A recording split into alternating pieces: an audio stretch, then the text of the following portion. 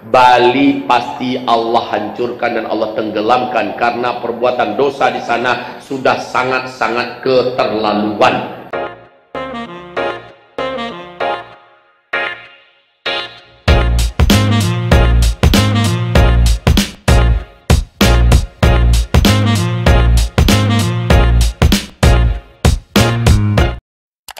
Baik teman-teman sekalian, saya akan berbicara mengenai satu ustadz yang menurut saya perkataannya sangat-sangat kontroversi dan tidak layak sebenarnya seorang pimpinan agama, apalagi di mimbar-mimbar agama mengatakan tentang sesuatu yang kasar seperti ini. Menurut saya sangat kasar sekali. Memang ini tentang suatu oknum agama yang berbicara, dan saya juga tidak menggeneralisasi bahwa semua keyakinan daripada ustadz ini atau Islam mempercayai atau sependapat dengan apa yang dikatakan ustadz ini. Silahkan nonton videonya. Demi Allah, coba perhatikan baik-baik kata-kata saya ini. Saya bukan mengancam dan bukan mendoakan yang buruk-buruk. Bali pasti Allah hancurkan dan Allah tenggelamkan, karena perbuatan dosa di sana sudah sangat-sangat keterlaluan. Jika pemerintah di sana tidak segera menghentikan dan menutup maksiat-maksiat itu dan tidak taubat secara massal, maka tidak ada tempat untuk mereka melanjutkan kehidupan di Bali. Maaf Pak Ustadz, kami orang Bali mau bertanya.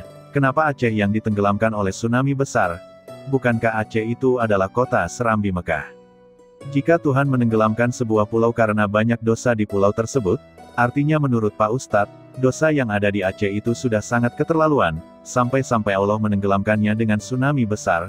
Benarkah begitu menurut Pak Ustadz? Nah, oleh karena itu teman-teman, kita harus menyadari bahwa kita sebagai masyarakat Indonesia bukan hanya negara satu agama, tetapi kita punya negara yang beragama. Negara ini memberikan kita keleluasaan untuk kita boleh bersosialisasi, hidup bersama, dan sama-sama hidup di tengah-tengah perbedaan yang ada. Sekalipun kita tidak sama, sekalipun kita berbeda, bukan berarti kita tidak bisa bersama-sama. Nah, apa yang dikatakan oleh Ustadz ini betul-betul sangat mencederai antara hubungan umat beragama. Karena apa teman-teman? Di wilayah-wilayah Indonesia memiliki sejarahnya tersendiri, memiliki budayanya tersendiri. Oleh karena itu penting sekali kita juga belajar wawasan kebangsaan. Bagaimana kita melihat sebuah daerah atau sebuah keyakinan sebagai kekayaan yang Tuhan izinkan di tengah-tengah kita. Nah, maka ungkapan seperti itu akan mengakibatkan keretakan sosial, mengakibatkan kesenjangan sosial, bahkan intimidatif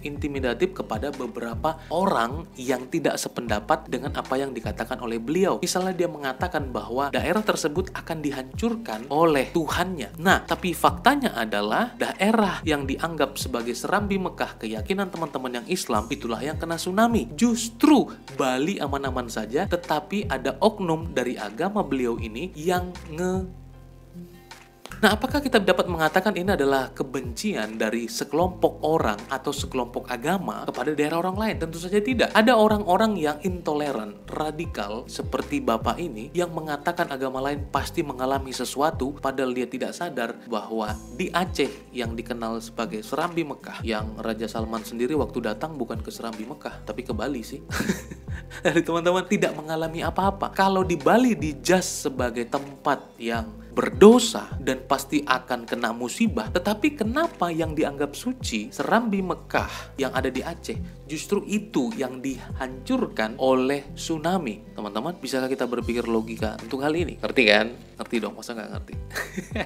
Jadi teman-teman, jadi apakah artinya Aceh yang berdosa atau Aceh yang ada maksiat sehingga Aceh harus mengalami itu? Dan Bali tidak tertimpa apa-apa, justru ada oknum yang melakukan blow kepada keyakinan yang berbeda di tempat yang dianggap tempat maksiat. Teman-teman, ini adalah ungkapan oknum-oknum yang harus kita luruskan bersama-sama, dan ini sangat tidak pantas dan layak, apalagi sebagai pimpinan suatu golongan agama. Dan saya percaya ada banyak saudara-saudara kita, teman-teman kita yang tidak sependapat dengan hal itu. Sebagai seorang Kristen, saya juga menekankan kepada diri saya adalah di tengah-tengah bangsa kita sungguh beruntung bahwa agama, keyakinan sungguh sangat dihargai dan menjadi hak kepada setiap kita. Maka ada rencana Tuhan ketika kita ada di Indonesia, bahwa kekristenan Indonesia harus menjadi teladan contoh kasih kepada siapapun, tidak mengintimidasi, tidak demo-demo, bahkan menghargai keyakinan orang, harus toleransi ya.